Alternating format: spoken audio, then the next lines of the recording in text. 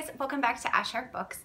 Today I'm going to be talking about the Audible romance package and kind of just giving a little bit of an overview and kind of my feelings on it, as well as some of the books I've read off of it and some of the books that I hope to read with it. So to begin with, I recently subscribed to the Audible romance package. I also want to first off say I am not like all-knowing or anything like that with this, but when I was trying to figure it out, I found it a little bit confusing, and I definitely had to do some Googling and some asking of other people to help me figure out kind of how the Audible romance package worked. So I thought I would make a little video, and hopefully this will help someone do less Googling than I had to do. So the Audible romance package is basically kind of like a subset of Audible, obviously, that includes a bunch of different romance titles.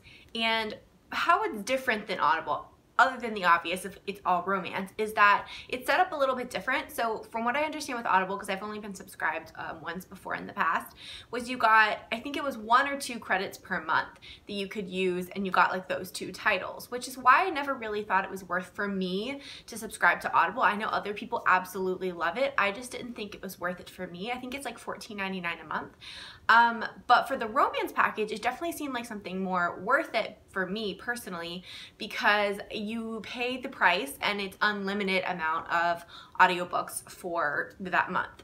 So I thought that was really cool. I mean, that could change in the future, but for right now, that's what it is. So my big question was, could I subscribe to the romance package for Audible without actually being subscribed to the regular Audible? Because to me, that didn't have as much interest as the romance package did in terms of how many books I could read and the ones that I was actually a little bit more interested in.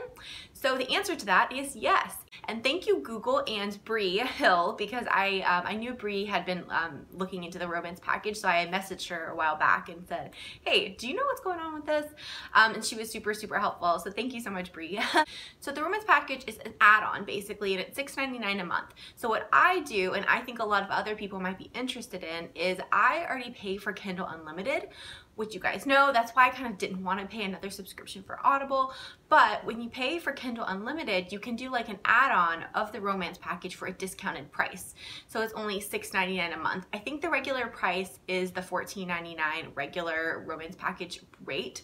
But you know, when you're already subscribed to all of these other things within Amazon, it's really nice to get a discount and not have to pay, you know, the full price for everything. So I thought that was amazing, and that's kind of what pushed me to do it. Basically, I don't subscribe to Audible, the regular Audible, but I do have a subscription for Kindle Unlimited, which is $10.99 a month, and the romance package, which is $6.99 a month. I think that's a really great amount of books to kind of have at my access, and I really, really enjoyed using it. Also, just a couple little tips that I've kind of picked up through using it for the last, like, I think about a month or so is, first of all, just like Kindle Unlimited, when I made this similar video for that, I would highly recommend looking through and seeing what authors are available through the romance package, because personally, I found a lot of people I was interested in, but I could see how there may not be some that you're interested in, if that makes sense.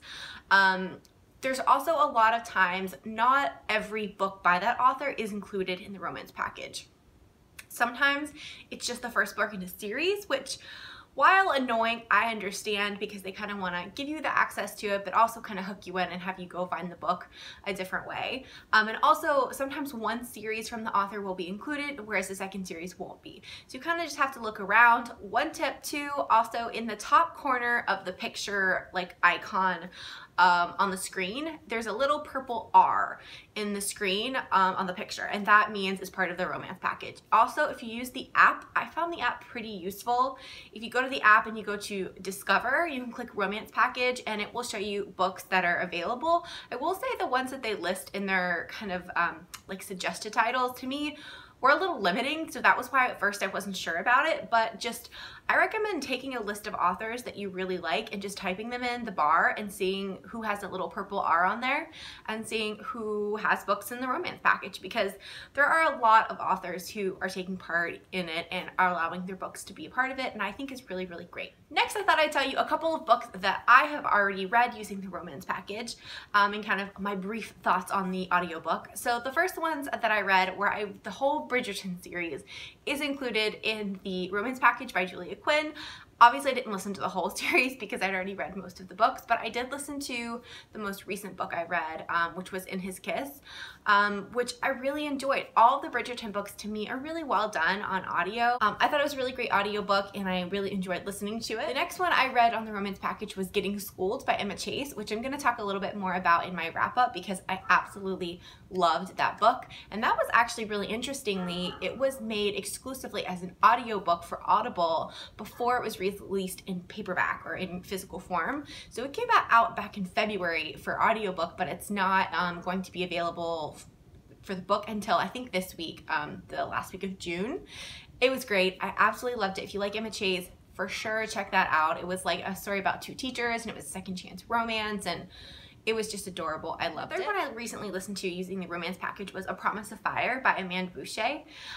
This is the first book in the Kingmaker Chronicles, which I'm gonna definitely talk about in my wrap up, and I might do a full review on the series when I'm done because it's a fantasy romance series and I am obsessed with it. So this is one of those ones, they had the first book on Audible romance package, but they didn't have the rest of the series, so which it was not a big deal. I just got the physical books, or you could get the Kindle books. I believe they're on Hoopla, at least for me, for on the Kindle. So anyways, I loved that one for an audiobook. It was great. It was so good. It sucked me in and I just couldn't get enough. Lastly, I thought I'd tell you guys a few of my books on my like TBR for the romance package that I really hope to get to soon, that have kind of sparked my interest. The first one is The Bird and the Sword by Amy Herman, as well as the second book in that like duology. I can't remember what it's called, but that is another fantasy romance series and I'm really intrigued to read that.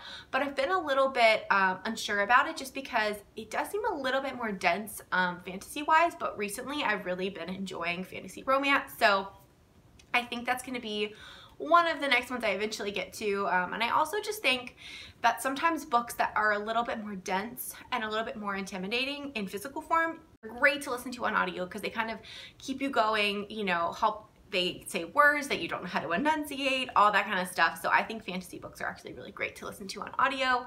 So that's the first one. Second one on my TBR is The Wall of Winnipeg and Me by Mariana Zapata. Mariana Zapata actually has quite a few of her books in the romance package and I hope to get to a lot of them. I've only read one book by her and that was From Lukov with Love and I loved it, but again her books are very long so sometimes it's a little daunting, but to me it flies past a lot faster sometimes with an audiobook. Next is Complicated by Kristen Ashley. So I have not read a Kristen Ashley book and I know a lot of people absolutely adore her work, so I hope to get to try this one.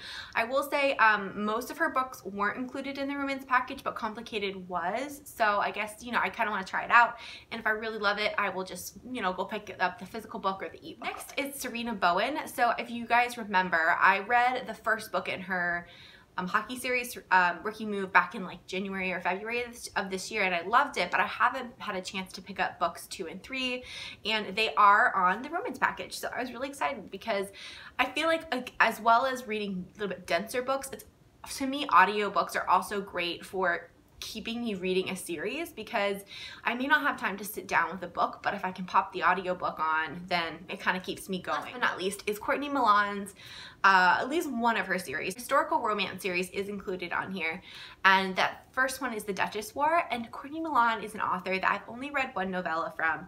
I desperately want to continue and I just for some reason haven't gotten to it, so I'm really excited to try and dive into her kind of backlist as far as the audiobooks go, but also the physical books because I've just heard amazing things about them. Alright guys, so that's going to kind of wrap up this video. I hope you guys enjoyed it. If you want any other information, you can definitely ask me down below. I cannot promise to know the answer, but I might be able to. Maybe we can work together and figure out the answer. I'm really excited to be kind of trying out the romance package. I think it's a really great way to listen to audiobooks and get more reading in, and I love that they're offering that as a separate package. I think it's fantastic. I love the ones I've listened to, so let me know if you guys are subscribed to it and if you're liking it or you're not liking it. I'd love to know.